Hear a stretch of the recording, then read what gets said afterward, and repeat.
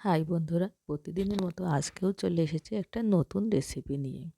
আর সেটা হলো নারকেল দিয়ে তিলের নাড়ু। নাড়ুগুলা দেখো কত সুন্দর আওয়াজ হচ্ছে, মানে পারফেক্ট তৈরি হয়েছে। এর জন্য নিয়েছি তিল আর নারকেল। নারকেলটাকে কুড়িয়ে নেব আর তিলটাকে ধুয়ে রোদ্রে শুকিয়ে চাকিতে পিষে খোসা তুলে ঝেড়ে ঝুড়ে নিয়ে চলে আসবো। তিল ভাঙা হয়ে গিয়েছে, এবার এটাকে ঝেড়ে খোসা বাদ দিতে হবে। ঝাড়লেই খোসা বেরিয়ে যাবে। ঝেড়ে পরিষ্কার করা হয়ে গিয়েছে। এবার চলে যাব উনানের কাছে। গ্যাসে কড়াই বসিয়ে দিয়েছি। এবার প্রথমে কুড়ানো নারকেলগুলো একটু ভেজে নেব।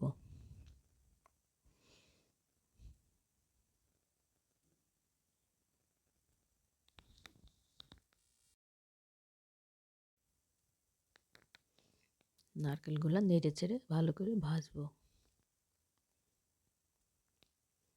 নারকেল ভাজা হয়ে গিয়েছে, এবার নামিয়ে নেব,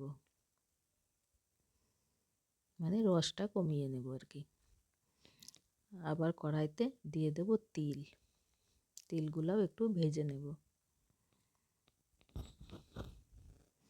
তিলগুলোও নেড়ে চেড়ে ভালো করে ভাজতে হবে, তা নাহলে পুড়ে যাবে। তিল ভাজা হয়ে গিয়েছে, এবার তেলটা নামিয়ে নেব। এবার কড়াইতে দিয়েছি গুড়। গুড়টা ঝোল গুড় পাইনি, তাই দানা গুড় নিয়েছি। তিলের নাড়ুর জন্যে ঝোল গুড়টা সব থেকে পারফেক্ট, তাই এই দানা গুড়েই একটু জল দিয়ে নেব।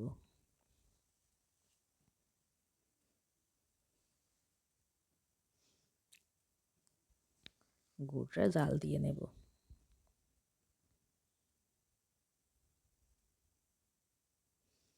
ভিডিওটা ভালো লাগলে লাইক শেয়ার করবেন, আর আমার চ্যানেলে নতুন হলে সাবস্ক্রাইব করে পাশে থাকবেন।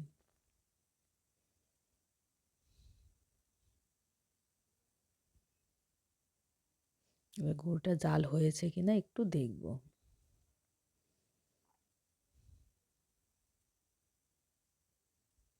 এই গুড়টা জলে দিলে পরেও বোঝা যায় হয়েছে কিনা। এই দেখো, অনেক কাচের মতো টলটল করছে, তার মানে হয়ে গিয়েছে। আর জলের মধ্যে থেকে তুললে একটু শক্ত শক্তও লাগে, তাতে বোঝা যায় যে হয়ে গিয়েছে। এবার গুড়কে ঠান্ডা করে নেব।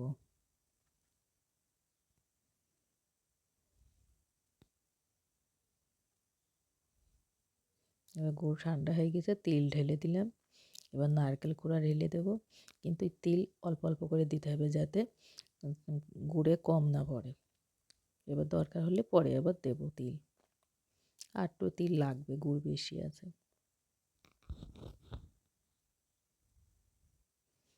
আর একটু নারকেল কুড়া দিয়ে দিলাম, আর একটু তিল দিয়ে দিলাম। এবার নেড়ে দেখছি। শীতকালে এই তিলের নাড়ুটা খাওয়া ভালো। এবার একটু তিল দিয়ে দিলাম, দিয়ে এবার নেড়ে চেড়ে নাড়ু বানিয়ে নেব।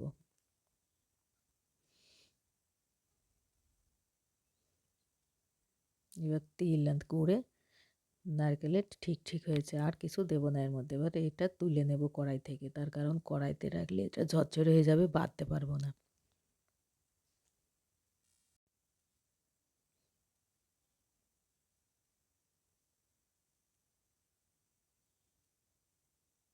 এবার নাড়ুগুলো বানিয়ে নেব।